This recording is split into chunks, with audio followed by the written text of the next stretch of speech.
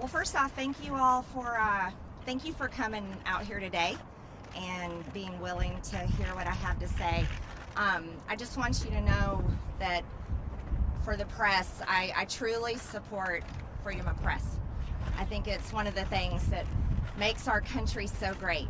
And I really hope that you'll be able to tell my story a little bit better instead of just reporting and repeating maybe some things that you don't like about me or things that were on social media in 2018. You see, the reason why I ran for Congress is because I really don't respect what our government has become. As just an ordinary American, someone who's had to work hard all my life, someone who's been married for almost 25 years and raised 3 kids, and I gotta tell you, my 3 kids are the greatest part of my life. That's the best thing I've ever done, is to be a mom. I really love our country, I love our freedoms, and I sincerely want all of your children, my children, and all of us to continue to have the opportunity to have the American dream. But our government is failing us. You see, we're approaching nearly $30 trillion in debt.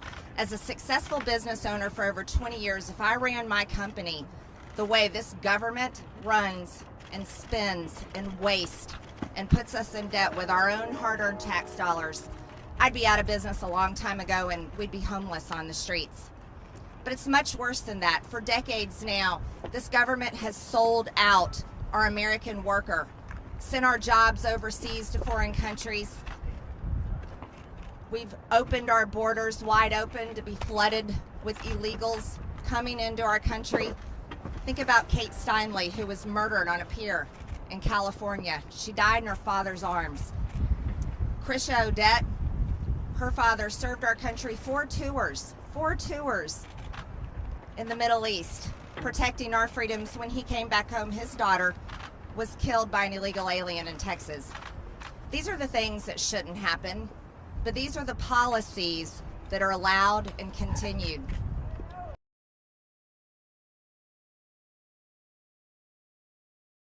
But here's the thing, all of these women that have gone through that, it leaves a hole in their soul that never heals. And those women have been taught that this is the way that they should achieve. This is the way they can build a career. This is a way that they can solve the problem that they didn't want in the first place. That's a horrible lie. It's a terrible lie. As a mother and a woman who's had a successful career, I can tell you being a mom is the greatest gift of my life. I really hope that America can end the evil of abortion.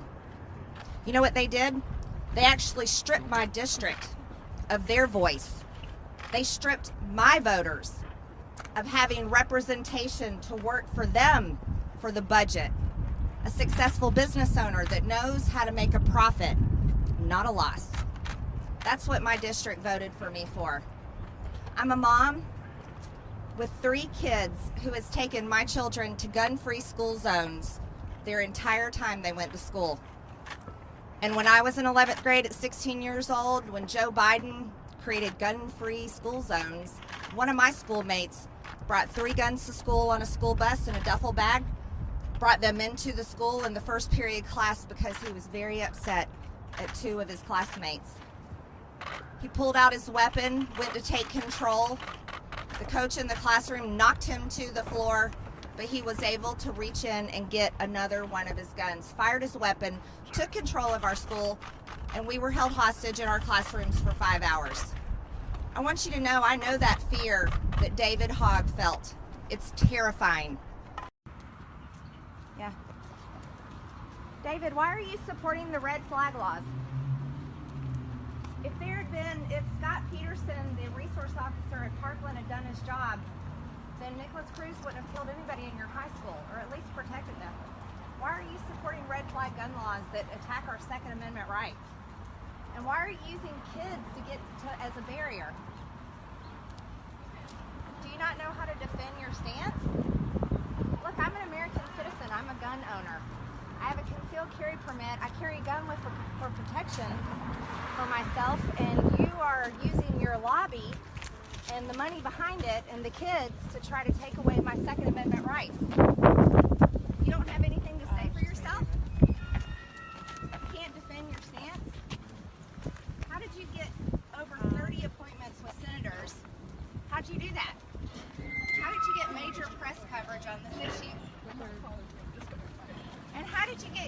Why do you use kids? Why kids? You know, if school zones were protected with security guards with guns, there would be no mass shootings at schools. Do you know that? The best way to stop a bad guy with a gun is with a good guy with a gun. But yet you're attacking our Second Amendment.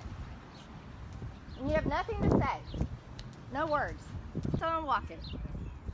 He's got nothing to say. Sad. He has nothing to say because there really isn't anything to say, you guys. He has nothing to say because he's paid to do this. He has the walkaway march. He's got the women's march, and they're funding all of this. Everytown Gun USA, they're funding all this stuff, okay? That was David Hogue right there. David, we saw him inside the Senate building. He had 30 appointments where he ran around and got to talk to senators. I got to talk to none. He had media coverage all over the place. I had zero. Guess what? I'm a gun owner. I'm an American citizen, and I have nothing, but this guy with his George Soros funding and his major liberal funding has got everything. I want you to think about that. That's where we are. And he's a coward. He can't say one word because he can't defend his stance, because there is no defense for taking away guns. There is no defense for gun confiscation. Zero. And so there he goes. He just keeps walking with his two ladies that probably work with him. Maybe his handlers? Maybe his handlers, absolutely. They're telling him, don't say anything. So that's the problem. They have handlers. And they have no argument back. None. That's it. I'm done.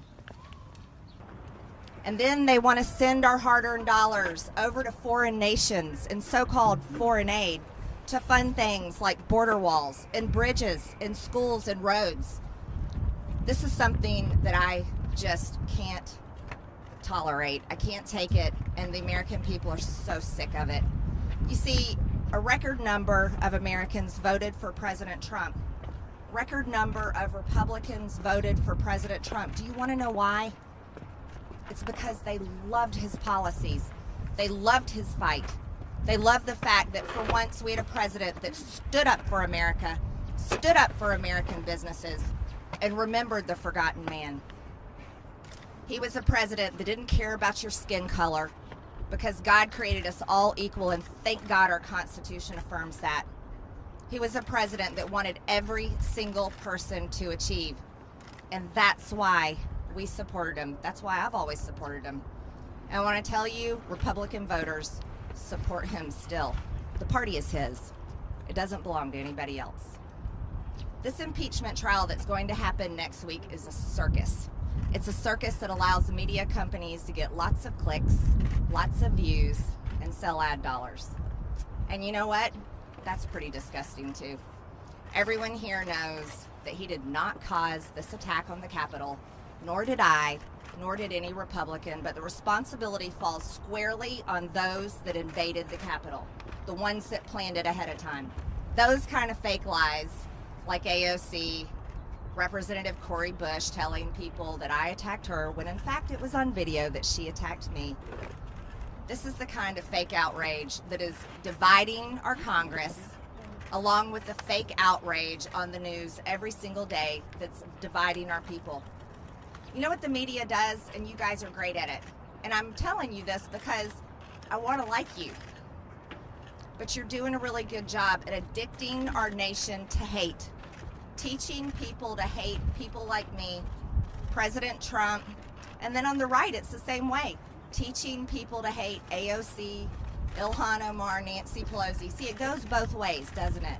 You talked earlier about the media teaching people to hate, but wasn't it you who liked a page on Facebook, a comment saying Nancy Pelosi should get a bullet to the head, and didn't you know, this reminds me of when you guys would ask President Trump, President Trump, do you denounce white supremacy? And he would say, I denounce it. And then you would ask him again, and he would have to say, I denounce it. Those comments yesterday, did you? In your I have said it. No, specifically. You know, here's the thing. When you want to keep telling the same story over and over, but you don't want to tell the truth, that's your problem. And that's how we end press conferences. Okay.